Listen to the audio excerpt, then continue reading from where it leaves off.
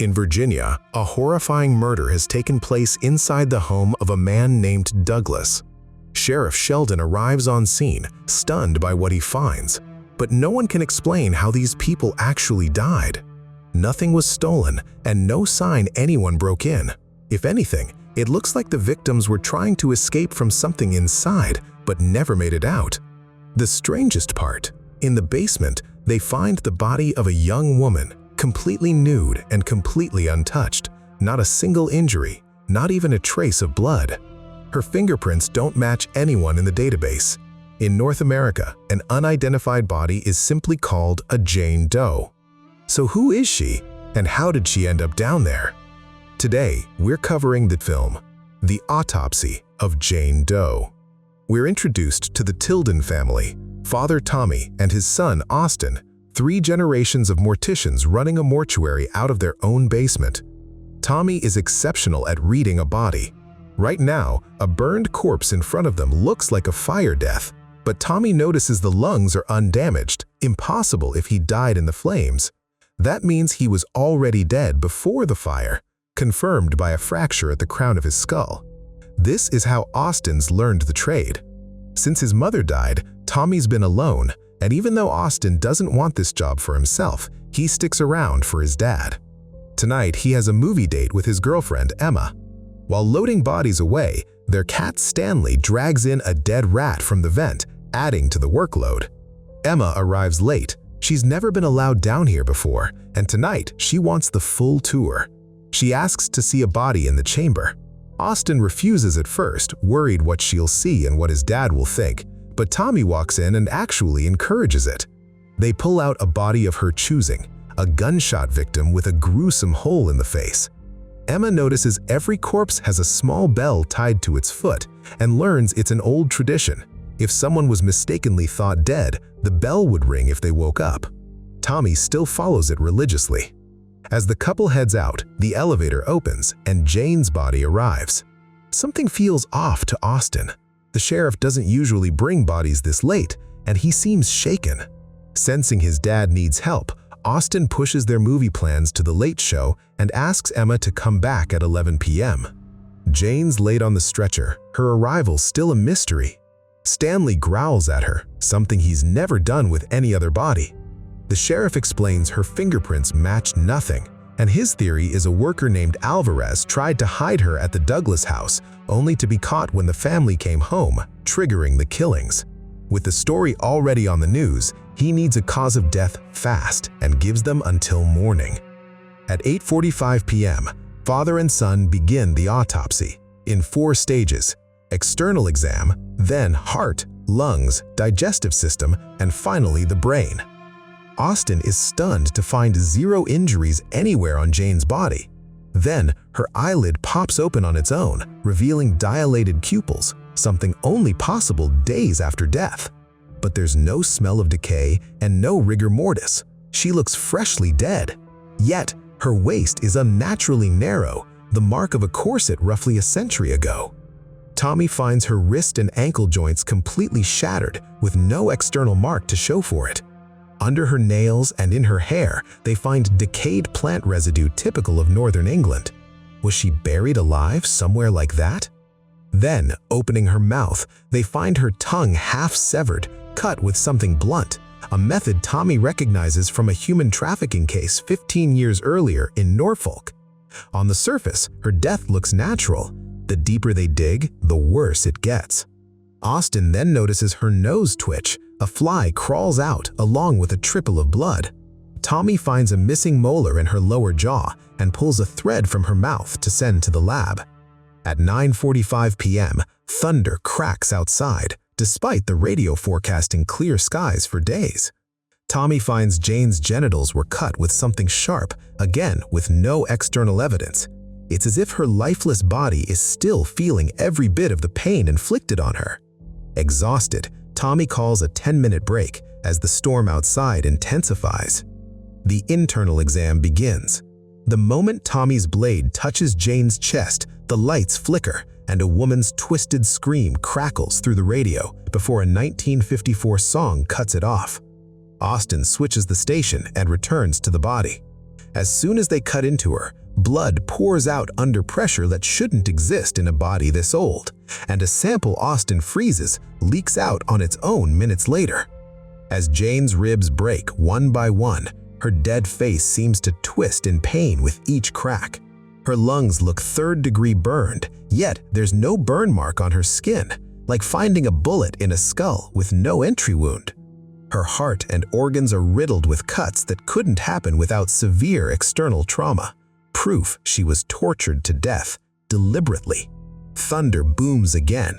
The clock reads 10:40, and that same eerie song plays once more, rattling Austin. Tommy makes another find. The inside of Jane's skin is covered edge to edge with incantations and lettering. How is that possible? Then, a drawer bursts open, a short circuit sends the room into chaos, and when the lights come back, every drawer is open and every body is gone. They abandon the body and try the generator. Not enough power for the elevator. The basement door won't open, a fallen tree is block it. No phone signal, so they try the office landline and reach dispatch, but the call drops. Then they hear it. The bell tied to a corpse's foot, getting closer. Austin spots a body standing right outside the door as violent pounding nearly breaks it down. They barricade it just in time. Tommy steps away to rinse a cut and notices the curtain swaying oddly. Austin sees a shadow behind it, but nothing's there when he checks. Seconds later, an invisible force hurls Tommy around like a rag doll. Austin breaks the door down to find no one there, but Tommy's stomach is now covered in unexplained wounds. They realize everything traces back to Jane's body. Outside the office, they find the burned remains of the cloth that once covered the gunshot victim's face. Rushing to the mortuary, every sample they'd taken from Jane is gone, as if she's erasing the evidence. They try to burn her body instead, but the door slams shut on its own, and when Austin forces it open, the escaped corpse is waiting, setting itself on fire and spreading flames unnaturally through the room. Jane's body, through all of it, stays completely untouched. The elevator starts moving on its own. Austin grabs an axe and rushes to stop it. Too late. A shadowy figure appears in the hallway mirror, the bell ringing alongside it. Tommy forces the doors open to find the faceless gunshot corpse standing inside. The power cuts before the doors close, and Tommy swings the axe blindly toward the noise. Then silence. Stepping out, he's hit with horror. Lying half dead below is Emma, who he'd told to come back at 11. Austin breaks down. Tommy may never forgive himself. The elevator opens again, they pull her in, and the power dies once more. Emma only wanted to see a body tonight, and it cost her life. Is any of this even real? Tommy's stomach wound reopens, and through the pain comes memories of his late wife he's never shared with his son. Proof that underneath his tough exterior, he's far more emotional than he lets on. Austin points out Jane could have killed them long ago when they were defenseless. Instead, she seemed to be trying to stop them. Maybe so the truth of her death would stay buried. Maybe that's their way out. Jane switches on the cremation machine, filling the room with smoke. As they push through it together, two corpses ambush Tommy, and the shadowy figure slashes him with a knife, wounding him badly. Austin drags him into a room and locks the door. All that's left is the final stage, the brain, which shows no damage. But under the microscope, the brain cells are still alive. Biologically, part of her is still alive, which is exactly why they were never able to determine her cause of death. Every single thing done to her tonight, she's genuinely felt. Digging for answers, Austin finds a clue on the enchanted cloth. Leviticus 16:93. It points Tommy straight to Leviticus 20 in the Bible, which deals with witches, and 1693 points to the Salem Witch Trials in New England, when countless children and young women were executed on suspicion of witchcraft alone. It all lines up. Her corset, narrowed waist, the Northern England plant residue, the timeline. Jane died in 1693, tortured and branded a witch, her body used for black magic rituals that awakened a dark force and bound it to her fury. Everyone in this house is now feeling the consequences. Jane has become a true immortal witch, and what's happening tonight mirrors exactly what was done to her centuries ago. which is why instead of killing them outright, she wants Tommy and Austin to feel that same suffering piece by piece. This is her revenge. The people who survived back then buried her in Virginia. Years later, the Douglas family built their home on that land, and construction work in the basement brought her back to the surface, setting off everything we've seen. She won't stop until she's claimed a life. Violent pounding threatens to break down the door. Tommy decides to sacrifice himself to save his son, and the moment he speaks it aloud to Jane, the lights dim and he falls into a trance, losing his voice. One by one, his joints begin to break, and with each break, the matching wound on Jane's body heals until she's fully restored. Finally, her eyes turn black as his turn gray, his body convulsing in agony. With his last strength, he presses the knife into Austin's hand, the same mercy he once gave Stanley, now forced onto his own father. Shattered, Austin hears the sheriff calling from outside, saying he's cleared the tree from the door. But the door won't budge. Then the sheriff starts mockingly humming that same eerie song, and Austin realizes he's still trapped in the illusion. Backing away in terror, he sees Tommy's spirit standing beside him, stumbles down the stairs, breaks his neck, and dies. Silence falls. Outside, it's a bright, sunny morning. 4 straight days of clear skies reported on the radio. No rain or mud anywhere.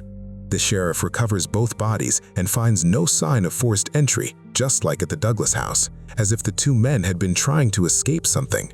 Everything in the room is untouched except Austin and Tommy, even Jane's body lying there peacefully.